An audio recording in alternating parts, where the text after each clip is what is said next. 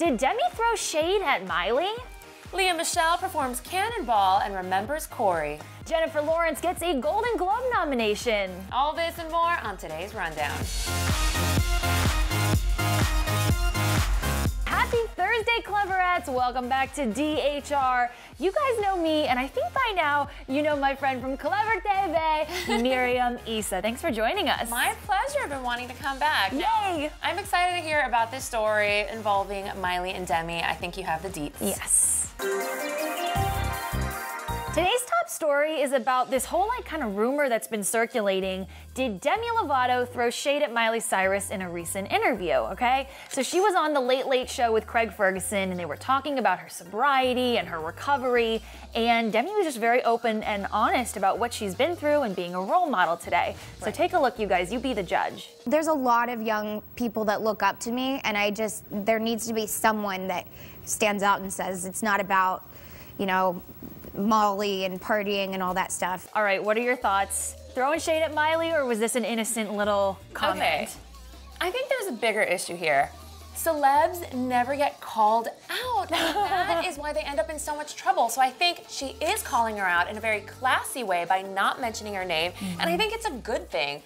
I don't think it's right that Miley Cyrus has a bunch of really young followers and she glamorizes the use of Molly, so I'm glad that Demi finally said something. Yeah, you know what? I think Demi is such a fantastic role model, and without saying any names, without throwing anyone specifically under the bus, she got her message across. Right. And we all know that Demi and Miley are really good friends, you guys. Not that long ago, she told MTV, quote, "Miley knows how I feel about the whole partying thing. I love her to death, and I'm always like, okay, just be careful. I care for her so much that I'm so protective." So I guess we'll just have to stay tuned and see if maybe one day Demi actually calls Miley out. But till then, we'll call it a rumor. All right, speaking of Miley Cyrus, Miss Cyrus was scheduled to spend New Year's Eve in Miami, my hometown. What up, 305? I'm glad that you knew that. She was gonna hang out with Pharrell. Sounds like a great time, except that then Ryan Seacrest asked her to perform in Times Square on like the biggest New Year's Eve event of the country. Of course, she said yes. She's been tweeting about it, and yeah, so she's super excited to rock some New Year's Eve in New York. I am so excited to tune in. I will definitely be watching. Now, she's taking the stage at 11:45 p.m., so they obviously wanted to save the best for last. I'm going to be grooving to We Can't Stop as I ring in 2014. Will you? Absolutely, but not just Miley. I'm really excited that Ariana Grande is going to be participating. Yeah. So will the Frey, Fergie Ferg. Now, if you were Ariana, would you feel a little insulted that they don't leave you for last? Because it obviously shows that then you're not their favorite. You know what? I don't think you can look at it that way. I think Miley is, you know, she's been around and a little more established for a while. Ariana is still a relatively new artist, and I think it's phenomenal that she was asked to even perform. This is such an honor. You get such big exposure. I'm really excited, you guys. If you want to check out Miley, Ariana, the whole gang, tune in on New Year's Eve on ABC at 10 p.m. Now, I have to tell you guys, earlier today, Miriam and I were totally rocking out in our office. Lea Michele debuted her new track. We've all been so excited to finally hear. It's called Cannonball. She sang it on Ellen. Take a look. Her vocals do the talking. I got this in the night. I'll fly like a cannonball. It's so good. I mean, it doesn't get better than that. Her vocals, the lyrics. The passion. Yeah, you can hear it behind her voice. And something else that she mentioned, Cory heard the entire album minus 2 songs. So I think it's really special that it was kind of like a work that they did together. She said he would constantly give feedback and notes.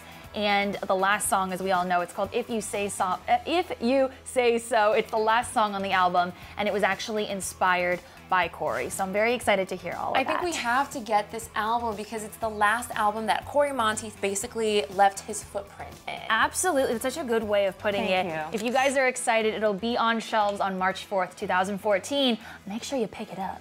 If you guys want more on Lea Michele and the really, really sweet, emotional story that she revealed about Cory Monteith, make sure you stay tuned throughout the entire episode. We will have another interview clip for you, so make sure you stay tuned to the end. All right, for all the movie fans, you guys know that early this morning, the Golden Globe nominations for 2014 were released by three of our favorites, Olivia Wilde, Zoe Saldana, and Aziz Ansari. Good pronunciation. Did I do it right? I think you Thank did, because you. people forget that she's also Hispanic. Yeah, she is. She Love speaks her. perfect Spanish. She but does. Anyway, we have to talk about our two favorite categories among them all. I mean, we've got Best Motion Picture in a Drama, Best Motion Picture in a Comedy. For the drama, and tell me which ones you've seen. Yes. 12 Years a Slave, Captain Phillips, Gravity, Philomena, and Rush. And then for comedy, we've got American Hustle, Her, Inside, Llewyn Davis, Nebraska, and The Wolf of Wall Street.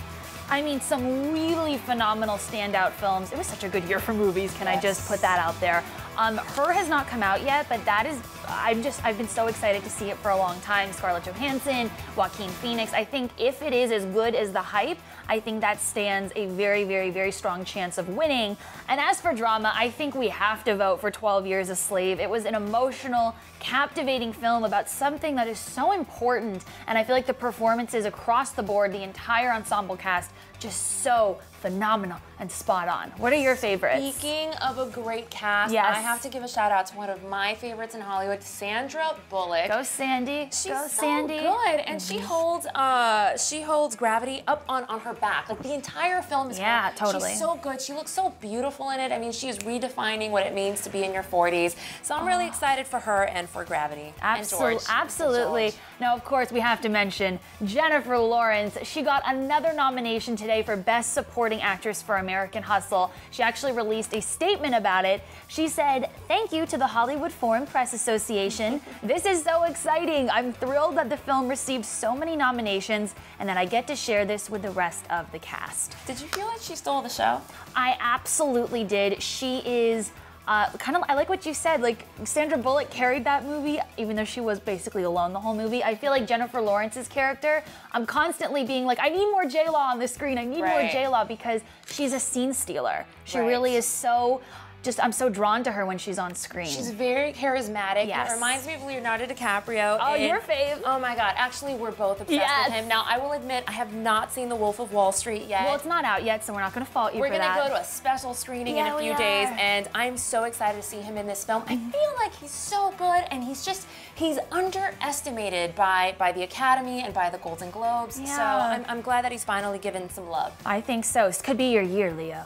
Now, as for the Golden Globe TV nominations, this was a major surprise to me earlier. These 4 shows were completely shut out. I'm talking about Homeland, Mad Men, Game of Thrones, and The Walking Dead. Cray cray. I'm personally offended. We all know, and Brandon, our delightful cameraman that you guys know very well, Nodding. he and I are both obsessed with Game of Thrones. WTF, I don't know what's up with that. It's an amazing, amazing show. The Walking Dead, hello, multi-jillions amounts of people tune in every single week.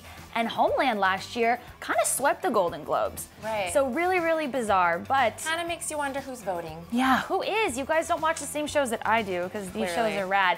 As for the good news, you guys, Breaking Bad got a bunch of nominations, Downton Abbey, and House of Cards, some of my other faves. Now, I'm kind of obsessed with Little Mix, and Who isn't? I know, and I'm so sorry that I was not in England for their recent show. They did this amazing performance at Radio City Live, a concert in Liverpool at the Liverpool Echo Arena, and it was amazing. So they performed their hit single, Wings. My and favorite jam. Me too. We Check have it a out. clip.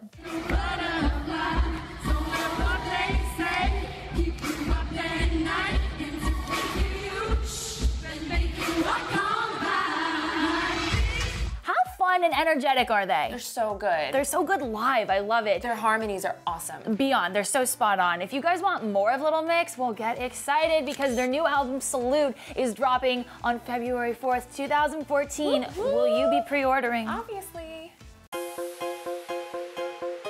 So we talked about Lea earlier performing Cannonball, which was amazing. But you guys, a huge part of her life was her boyfriend, Cory Monteith. And Ellen was the perfect person to do this interview. Ellen has a relationship with Lea. She had a relationship with Cory. And they were talking about how Cory admitted for the first time that he was dating Lea on the Ellen show. And listen to this really cute anecdote that Lea shared with us. It's one of my favorite memories. I remember when he came home that night, he sort of puffed out his chest and he was like, "We're talked about you on Ellen today. I literally lived every day of my life feeling like the luckiest girl in the whole world. I just thought he was the greatest man. I just loved hearing that. He was so proud to be her boyfriend, and I think you could tell it was reciprocal as well. It's really adorable, and you're obviously watching the interview thinking that at any moment she's gonna break, but she said this really sweet thing that her mom told her that, you know, after the pain is where you find your strength, and that she's in that place now and just kind of honoring his memory. It's just really sweet, but I'm happy to see her finding her strength. Truly. If you guys want more from Lea's interview with Ellen, she shared a lot of good, really interesting things. Like, did you know she lived at Kate Hudson's house while she was grieving Cory's death? She talked all about it. You guys, I'll make sure I put the link below so you can watch the whole interview.